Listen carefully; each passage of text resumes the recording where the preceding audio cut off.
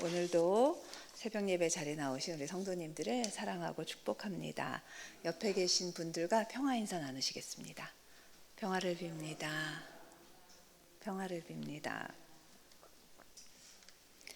오늘은 욥기 6장을 바탕으로 성장에 대한 이야기를 함께 나누려고 하는데요.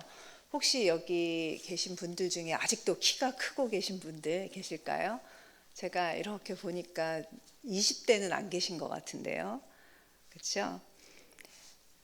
아마 성장이 다 멈추셨을 것입니다. 30대만 돼도 이미 성장판이 닫히죠. 그래서 아무리 좋은 영양제를 먹고 또 열심히 운동을 해도 아마 건강을 유지하는 데는 도움이 될지 몰라도 더 이상 키가 크고 성장하지는 않을 것입니다. 오히려 나이가 들수록 저희는 이제 성장이 아니라 점점 더 키가 조금씩 해마다 줄어지기가 쉽습니다. 그래서 틈이 날 때마다 스트레칭도 열심히 하셔서 몸이 눌리거나 굽어지지 않도록 노력하셔야 할 것입니다. 이처럼 육적인 성장은 개인차가 있기는 하지만 대부분 20대가 되기 전에 성장이 멈추는 것이 일반적입니다. 그러나 영적인 성장은 어떨까요? 나이와 상관이 없습니다. 나이가 든다고 저절로 영적으로 성장을 하는 것도 아니고요. 성장이 딱 끝나는 일정한 그런 시기가 있는 것도 아닙니다. 그러므로 모든 그리스도인은 우리가 그리스도의 장성한 분량에 이르도록 영적인 성장을 위해서 이 땅에 사는 마지막 날까지 열심히 노력해야 할 것입니다. 그렇다면 영적인 성장을 하기 위해서 저희는 어떤 노력을 해야 할까요? 에베소서 4장 13절에 보면 하나님의 아들을 믿는 것과 아는 일에 하나가 되어 온전한 사람을 이루어야 한다고 이야기를 하고 있습니다.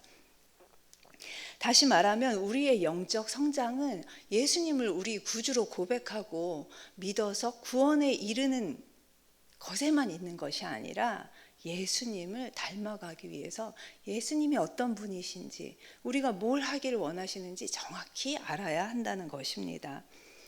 여러분은 예수님을 어떤 분이라고 생각을 하고 계십니까? 예수님의 어떤 부분 때문에 예수님을 그토록 사랑하고 예수님만 생각하면 큰 위로를 받으십니까?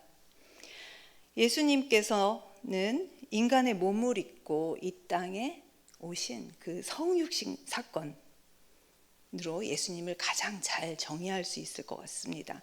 예수님은 우리와 사랑의 교제를 하시기 위해서 우리를 천상으로 이끌어 올리지 않으셨습니다. 오히려 반대로 정말 낮고 낮은 이 땅으로 예수님께서 친히 하나님의 아들 되신 분이 친히 이 땅으로 내려오셨습니다. 이 대목에서 우리에 대한 예수님의 사랑이 얼마나 큰지 우리가 알 수 있습니다. 그뿐만이 아니죠. 예수님은 정말로 억울한 일을 당하셨습니다. 그리고 참을 수 없는 모욕과 멸시를 당하셨습니다. 그래서 우리가 때로 이 세상에 살면서 억울한 일을 당할 때가 있죠. 그때 어떻게 마음을 달래십니까? 예수님은 얼굴에 그 침뱉음을, 그쵸? 침을 뱉었죠. 그 로마 군인이 얼굴에 침을 뱉었습니다.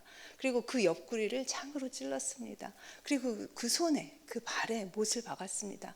그 예수님을 생각하면 내 고통은 아무것도 아니지. 이렇게 저희는 위로를 받고는 합니다. 또 예수님께서는 인간의 몸을 입으셨습니다. 그래서 우리가 느끼는 그 신경에 조그만 신경을 건드려도 굉장히 아프죠. 예수님이 얼마나 아프셨는지. 예수님이 우리의 이 아픔을 모르실 리가 없다고 우리는 생각을 함으로써 많은 위로를 받게 되는 것입니다. 만약에 우산을 살 돈이 없어서 세찬 비를 혼자 그냥 그 오는 비를 다 맞고 가는 사람이 있다고 한번 상상을 해보십시오. 그런데 어떤 사람은 그 우산을, 내가 쓰고 있는 우산을 내밀어서 우산을 함께 써서 그 사람이 비를 안 맞게 할 수도 있죠.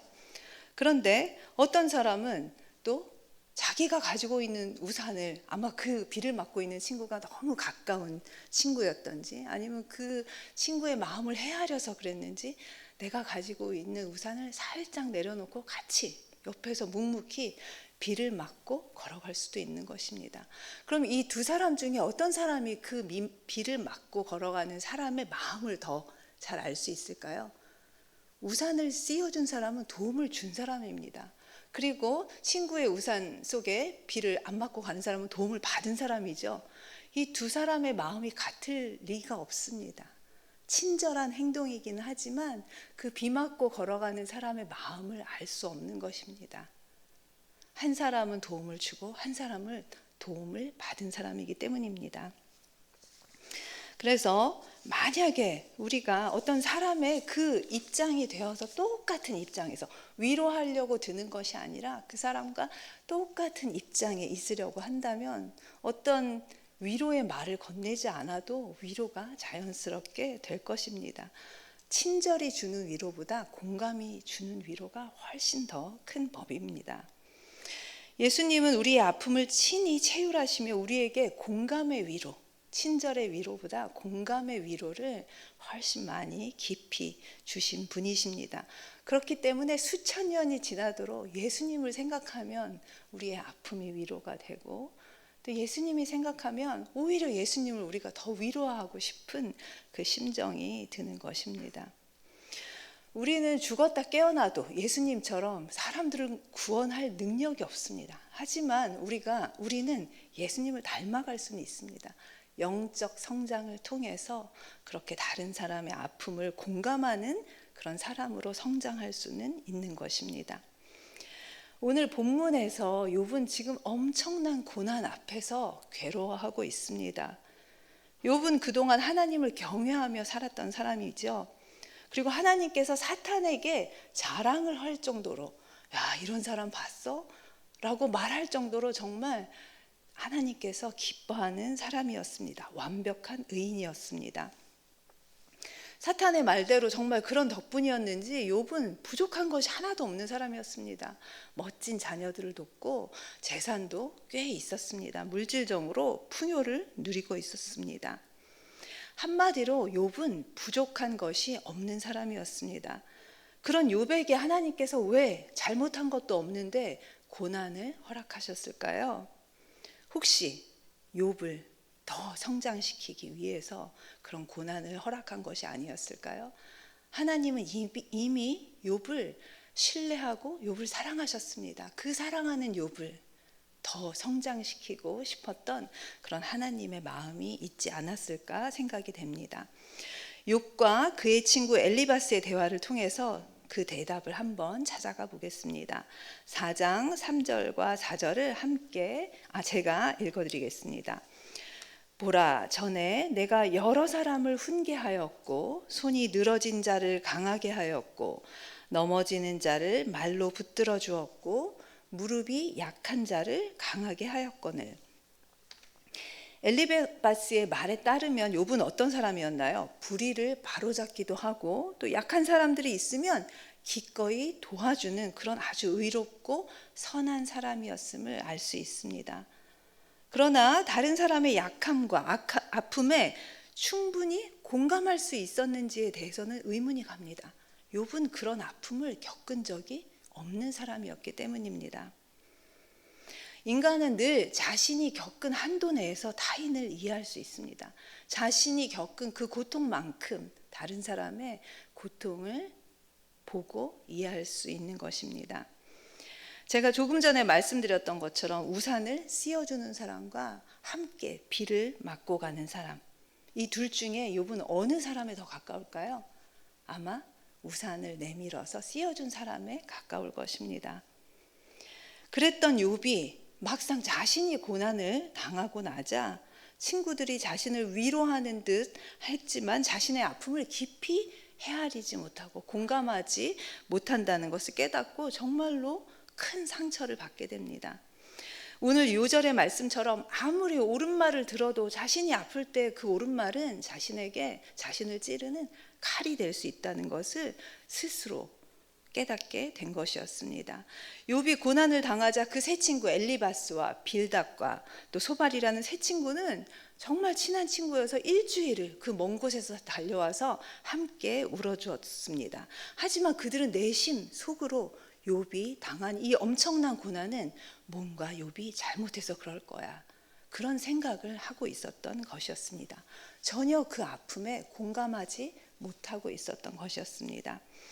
욥은 자신의 고통에 대해서 이렇게 이야기합니다. 6장 2절과 3절을 제가 읽어드리겠습니다. 나의 괴로움을 달아보며 나의 파멸을 저울 위에 모두 놓을 수 있다면 바다의 모래보다도 무거울 것이라. 아멘. 욥이 느끼는 괴로움은 그의 온 몸을 짓 이길 정도로 엄청난 무게였습니다. 때로 우리가 겪는 고난은 우리의 믿음의 뿌리를 완전히 뽑아버릴 정도로 강력합니다. 하지만 그 고난을 끝까지 견디어낸 자는 고난을 겪기 이전보다 훨씬 더 큰 영적인 성장을 하게 됩니다. 예수님께서 낮고 낮은 땅으로 오셔서 우리의 아픔을 이해해 주셨던 것처럼 고난당한 사람의 마음에 공감하며 그들을 품을 수 있을 정도로 마음의 지경이 넓어지게 되는 것입니다. 만약 이 땅 가운데 있는 모든 그리스도인이 이러한 영적 성장을 이루어서 자기 옆에 있는 한 사람을 책임질 수 있다면, 자기 옆에서 고통받고 있는 한 사람의 이웃을 돌볼 수 있다면 이 땅 가운데 하나님의 나라가 든든하게 세워질 것이라고 생각이 됩니다. 내가 너희를 사랑한 것 같이 너희도 서로 사랑하여라 당부하셨던 예수님의 말씀에 순종하려면 우리는 영적인 성장을 이루어 가야 합니다. 예수님께서는 머리로만, 입으로만 사랑하라고 외치신 것이 아니라 온몸으로 그 사랑을 표현하셨습니다. 십자가 고난을 마다하지 않으셨습니다. 우리에게 만약 어느 날 갑자기 고난이 닥친다면 이때가 영적 성장을 이루는 가장 좋은 시간임을 생각하시고 그 고난을 모두 다 씩씩하게 이겨내시기를 소망합니다. 기도하겠습니다.